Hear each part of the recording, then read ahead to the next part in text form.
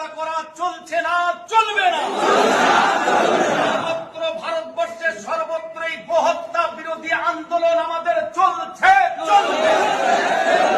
চাই বন্ধ করুন। দেশের সম্পদ গোরক্ষা করতে হবে, করতে হবে। কোরবানি করব না, ছোট হোক আর বড় হোক, আমরা কোনো গরু কোরবানি করব না।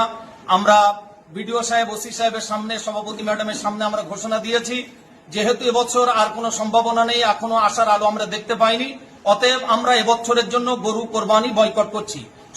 হত্যা করা চলছে না, চলবে না। সর্বত্র ভারতবর্ষের সর্বত্রই গোহত্যা বিরোধী আন্দোলন আমাদের চলছে, চলবে। চাই বন্ধ করুন।